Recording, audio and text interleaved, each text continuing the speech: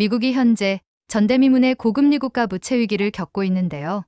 이 상황에서 미국이 꺼내든 승부수가 바로 스테이블 코인입니다. 국채 판매를 늘리고 달러 패권을 지키는 데 도움이 되지만 동시에 부작용도 따른다고 하는데요. 오늘은 어하알림을 모시고 스테이블 코인의 부작용, 그리고 우리에게 어떤 영향을 미칠 수 있는지 함께 이야기 나눠보겠습니다. 안녕하세요, 어하알림.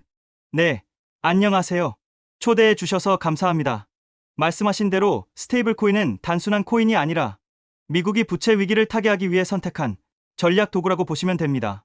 미국 입장에선 국채 판매를 획기적으로 늘리고 달러 패권을 유지할 수 있는 새로운 무기죠. 하지만 동시에 연준의 금리 정책 효과를 떨어뜨리는 부작용을 낳기도 합니다. 그리고 이 영향은 결국 우리나라에도 파고처럼 밀려올 수 있습니다. 그럼 시청자들께서 이해하시기 편하게 본격적으로 하나하나 짚어주시겠어요? 네, 일단 이해를 돕기 위해 연준의 통화 정책에 대해서 간략하게 먼저 설명드릴게요. 9조일 연준의 통화 정책. 연준은 미국의 한국은행이라고 보시면 됩니다. 물가 안정과 고용 안정이 목표죠. 이 중 물가를 조절하는 가장 중요한 도구가 바로 금리입니다. 금리를 올리면 기업은 비용이 늘어나게 되니 투자를 줄이게 되고 가게는 대출 부담으로 소비를 줄입니다. 결국 물가가 꺾이게 되죠. 반대로 금리를 내리면 돈이 시중으로 풀리면서 소비와 투자가 살아납니다.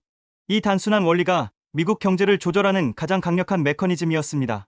결국 금리는 수도꼭지 같다는 거군요. 잠그면 돈이 줄고 열면 돈이 늘어난다. 네, 맞습니다. 바로 그 비유가 딱 들어맞는 것 같아요. 대야에 물이 넘치면 수도꼭지를 잠그고 대야에 물이 바닥이 되면 수도꼭지를 열면서 유동성을 적절하게 조절하는 것이죠. 그럼 스테이블 코인과 연준이 어떤 관계가 있길래 부작용이 있다는 것인가요? 9조의 스테이블 코인 메커니즘. 스테이블 코인은 달러와 1대1로 패깅된 코인입니다. 사람들이 코인 구매를 위해 달러를 맡기면 발행사가 미국 국채를 사고 그것을 담보로 1달러짜리 스테이블 코인을 찍어내는 구조죠. 즉, 스테이블 코인이 발행될수록 미국 국채가 자동으로 팔리기 때문에 미국은 부채를 안정적으로 소화할 수 있는 새로운 매입처를 얻게 되는 겁니다. 요새 미국 국채를 사려는 수요가 줄고 있다고 들었는데 이래서 미국 국채를 더 팔 수 있게 되는 것이었군요. 네, 미국으로선 국채를 사줄 확실한 고객이 생기기도 하면서 전 세계의 달러의 영향을 계속해서 미치게 할 수 있게 되는 거죠. 이게 진짜 미국 입장에서는 신의 한 수였군요. 네, 맞아요. 그래서 스테이블 코인 관련 법안 이름이 지니어스, 즉 천재적인 법안이라는 말도 있죠. 하지만 여기엔 치명적 문제도 있어요. 금리가 오를수록 발행사는 더 많은 국채를 사들이고 싶어진다는 것입니다. 금리가 높아질수록 국채이자 수익이 커지니까 발행사는 당연히 더 많은 스테이블 코인을 발행하려 하게 되겠죠. 아, 그러면 연준이 금리를 올려서 돈줄을 죄려 해도 다른 쪽에서 돈이 더 풀릴 수 있다는 거겠네요. 바로 그겁니다. 연준이 금리를 올려도 시중 유동성은 줄지 않고 오히려 스테이블 코인을 통해 더 늘어나 버립니다. 연준이 수도꼭지를 잠갔는데 수도꼭지 옆에 다른 파이프가 연결돼 물이 새는 꼴이 되는 거죠. 그렇게 되면 연준의 통화정책 효과는 반감될 수밖에 없게 되겠죠. 네, 진짜 그렇게 되겠네요. 이 부분은 미국 입장에서도 고민이 되겠어요. 그 부분에 대해서는 따로 대책을 세우고 있을 거라고 보고 있고요.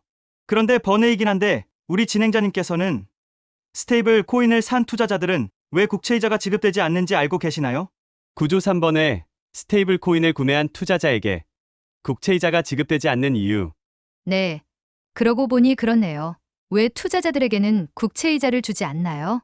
겉으로만 보면 발행사가 이자를 받게 되면 당연히 코인 보유자에게도 배분되는 게 당연하잖아요. 그런데 실제로는 그렇게 하지 않는 이유가 두 가지가 있습니다.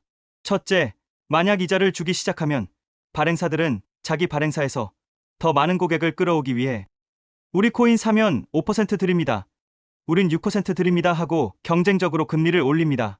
문제는 발행사가 실제로 받는 국채 이자는 4, 5% 정도인데 그 이상을 약속하려면 손해를 메우려고 국채 외에 다른 위험한 투자를 할 수밖에 없습니다. 그 순간 스테이블 코인의 안정성은 무너지게 되는 거죠. 네, 그런 부분이 있을 수 있겠네요. 그뿐만이 아닙니다. 금리가 오르게 되면 사람들은 결제, 송금에 쓰는 대신 이자나 받자 하고 코인을 묶어두면 시장 유통이 막혀버립니다. 그러면 안정적인 디지털 달러 공급이 막히고 시장에서 제대로 순환되지 않을 수 있게 되죠. 그럼 결국 안정적인 디지털 달러 공급이라는 본래 목적이 무너지게 되니까 생존을 위한 선택이라는 말씀이시군요. 여기까지는 이해가 되었습니다. 근데 처음에 말씀하시기로 스테이블 코인으로 인해 우리 생활에도 많은 영향을 끼칠 것이라고 하셨는데 이것들과 어떻게 연관이 되는 건가요? 네, 좋은 질문이십니다. 일단 이것을 설명하려면 국가적으로 세금 포착력이 약화될 수 있음을 먼저 이해시켜드려야 해요. 구조사 스테이블 코인이 우리에게 미치는 영향. 크게 두 가지로 볼 수 있습니다. 첫째는 세금 문제입니다. 스테이블 코인 거래는 블록체인의 기록은 다 남지만 누가 했는지를 실명으로 확인하기가 어렵습니다. 게다가 국경을 넘나드는 거래가 많고 탈중앙화 거래소까지 쓰면 세무당국이 개입할 여지가 거의 없습니다. 결국 국가는 세수를 덜 걷게 되고 그 구멍은 부가세나 담배, 주류세 같은 생활세금으로 메워질 수밖에 없습니다. 둘째는 환율물가 압박입니다. 스테이블 코인은 달러와 1대1로 연결돼 있죠. 전 세계적으로 사용이 늘어나면 달러 수요가 커지고 원달러 환율이 오릅니다. 여기에 연준의 금리 정책이 제대로 작동하지 않아 미국의 물가가 더 불안해지면 금리를 더 올리려 할 것이고 그러면 전 세계 자금이 달러로 몰리게 되고 환율이 더 가파르게 오를 수 있습니다. 이는 곧 기름값, 곡물, 원자재 가격에 영향을 강하게 미치고 생활 물가가 흔들리게 되는 겁니다. 결국 세금 부담은 커지고 환율 때문에 물가까지 불안해질 수 있다는 얘기군요. 맞습니다. 그래서 스테이블 코인은 미국의 부채 문제를 덜어주는 동시에 우리나라에는 생활 물가와 세금 부담이라는 새로운 파고로 다가올 수 있는 거죠. 네, 그렇다면 우리는 이를 어떻게 대비해야 할까요?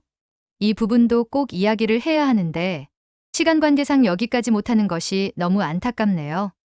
시청자분들께서 많이 시청을 해주시면 그때 여기에 대해서도 심도 있게 한 번 더 이야기 나눠보도록 하겠습니다. 감사합니다. 어아알림. 네, 초대해 주신다면 언제든지 함께 하겠습니다. 감사합니다.